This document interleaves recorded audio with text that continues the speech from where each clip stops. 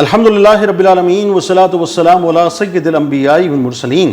غزہ کی پٹی پر جو قیامت خیزی ہے ایک واقعے کی صورت میں آپ کے سامنے رکھتا ہوں، اور ذرا کریکٹرز کو تلاش کیجئے گا۔ اس واقعے میں آپ کو تمام ہی کریکٹرز مل جائیں گے، یعنی اس میں آپ کو اسرائیل اور اس کے سارے حواری بھی مل جائیں گے جو اپنے ظلم کو اور بربریت کو انتہا کو پہنچا چکے ہیں۔ اس میں آپ کو فلسطینی بھی مل جائیں گے کہ جن کے اوپر اس حد تک قیامت خیزی بپا کی ہوئی ہے، اور اس میں آپ کو 57 اسلامی ممالک بھی نظر آئیں گے جو خود غرضی اور بے حسی کی تصویر بنے ہوئے ہیں۔ یعنی 24 مارچ 1993 کو نیو یارک ٹائمز نے ایک تصویر شائع کی صاحب۔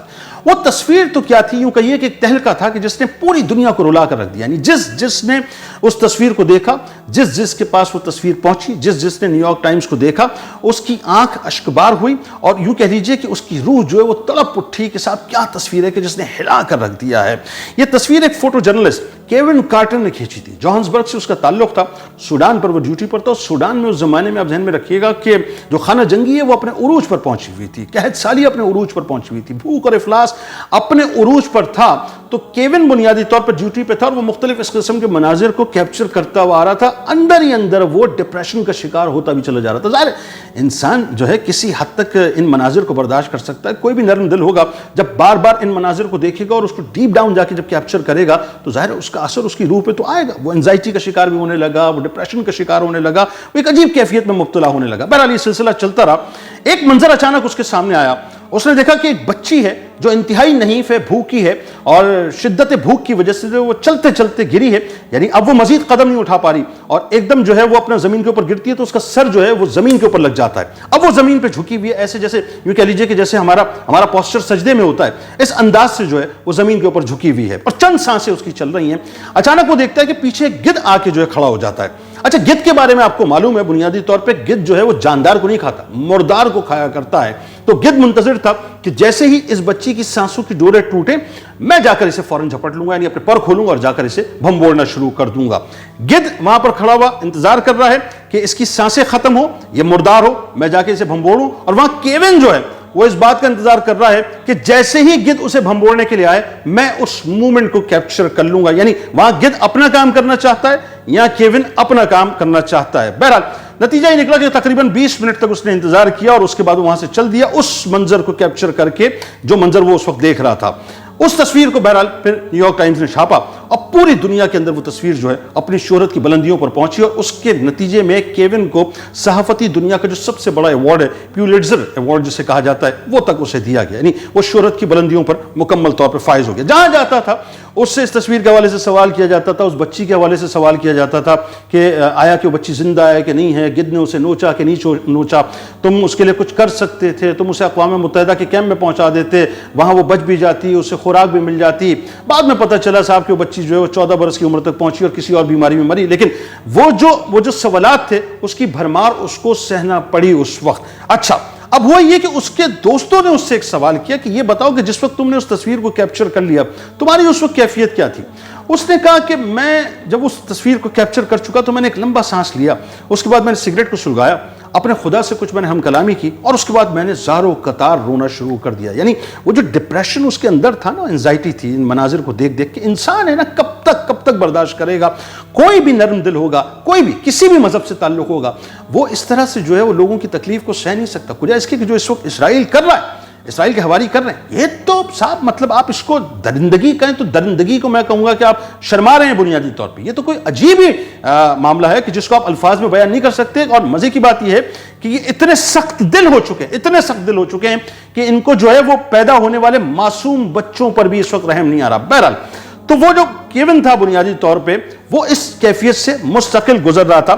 تو اس نے بتایا کہ میں جو ہوں، جب میں نے سگریٹ جلا لی، میں نے خدا سے بات کر لی، تو میں بہت رویا، یعنی اندر ہی اندر وہ انزائٹی اور ڈپریشن جو ہے محسوس کرتا چلا جا رہا تھا۔ اب کیفیت یہ ہوئی کہ کچھ عرصے کے بعد یعنی اس کو ایک خط موصول ہوا۔ اب اس میں دو باتیں جو ہیں وہ بنیادی طور پہ اس واقعے میں بتائی جاتی ہیں، ایک یہ کہ اس کو خط موصول ہوا، ایک یہ کہ وہ ایک انٹرویو میں بیٹھا ہوا تھا، جو انٹرویور نے اس سے سوال کیا کہ تم یہ بتاؤ کہ اس تصویر کے اندر جو ہے وہ کتنے گدھ تھے؟ تو اس نے جواب دیا کہ ایک گدھ تھا۔ تو انٹرویور جو تھا اس نے اس کو کاٹا، یا خط میں جو اس سے مطلب سوال کیا گیا تو اس نے خط میں دوبارہ جو ہے وہ جواب دیا کہ نہیں، ایک نہیں تھا بلکہ 2 گدھ تھے۔ ایک گدھ تو وہ تھا جو تصویر کے اندر موجود تھا، اور ایک گدھ وہ تھا جو تصویر کے باہر تصویر بنا رہا تھا۔ اس جملے نے کیون کو اڑا کر بھیج دیا۔ اڑا کر تباہ و برباد کر کے رکھ دیا. یعنی کیون جو ہے مزید ڈپریشن کا شکار ہو گیا اور مزید جو ہے انزائٹی کا شکار ہو گیا. نتیجہ یہ نکلا کہ 33 سال کی عمر میں جو 27 جولائی 1994 کو جوہانسبرگ میں جہاں وہ پیدا ہوا تھا وہیں اس نے خودکشی کر لی. اب جو بات میں آپ کو بتلانے والا ہوں یہ بڑی اہم ترین بات ہے اور یہ سمجھ لیجیے کہ میری گفتگو کا کرکس ہے. ایک خط اس کے پاس سے نکلا. اس خط میں اس نے چند ایک جو کہہ لیجئے کہ اپنا الفاظ لکھے تھے. ان الفاظ کو ذرا سن لیجئے. وہ کہتا ہے کہ میں قحط سالی کا شکار اور زخمی بچوں کی قتل و غارت گری، لاشوں، غصے، تکلیف اور درد کی یادوں کے آسیب میں گھر گیا ہوں. یہ کیون نے جاتے جاتے چند ایک الفاظ لکھے خط کی صورت میں اور دنیا کو پیغام دے دیا کہ یہ جو کچھ بھی قتل و غارت گری ہو رہی ہے یا جتنی لاشیں میں نے دیکھ لی ہیں، جتنا غصہ میں نے دیکھ لیا ہے بنیادی طور پہ، یا جتنی تکالیف دیکھ لی ہیں، جتنا درد دیکھ لیا ہے، ان یادوں کا جو آسیب ہے وہ میرے اندر مکمل طور پہ گھر کر چکا ہے.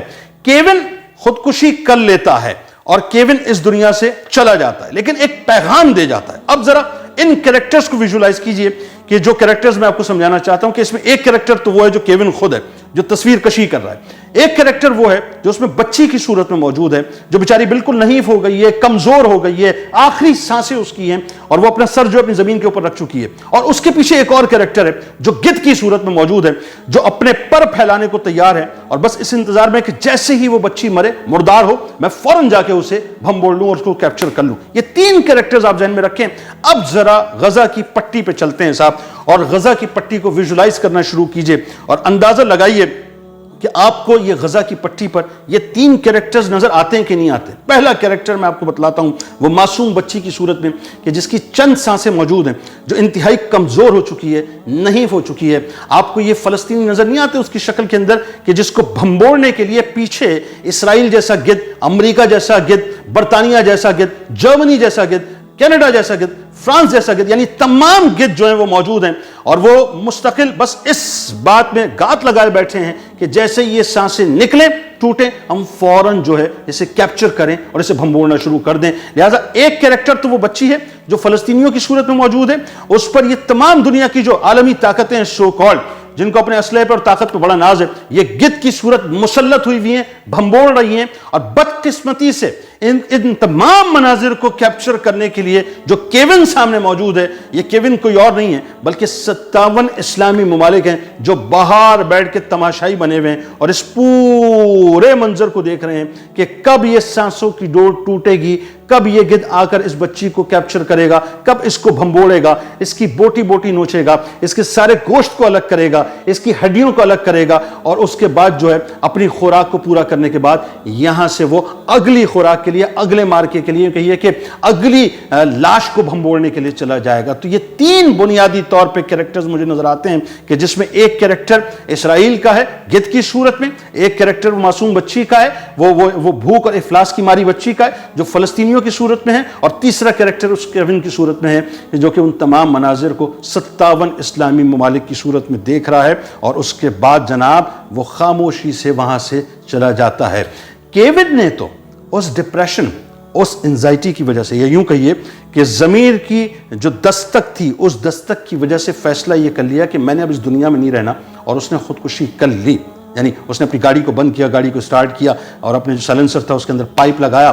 اور آپ کو پتہ ہے جب وہ گاڑی سٹارٹ ہو تو اور پائپ اگر لگا دیا جائے تو کاربن مونو آکسائڈ جو ہے وہ گاڑی کے اندر آ جاتی ہے اور انسان جو ہے پھر وہ زندہ نہیں رہتا اگر چاروں شیشے وغیرہ سب کچھ بند ہو.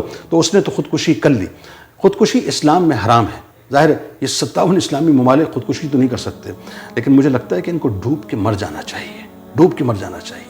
کیونکہ ہماری مثال بھی جو ہے نا اب یوں کہہ لیجئے اسی طرح سے ہو چکی ہے کہ ہم بھی خود غرضی کی اور بے حسی کی اعلیٰ ترین تصویر بن چکے ہیں.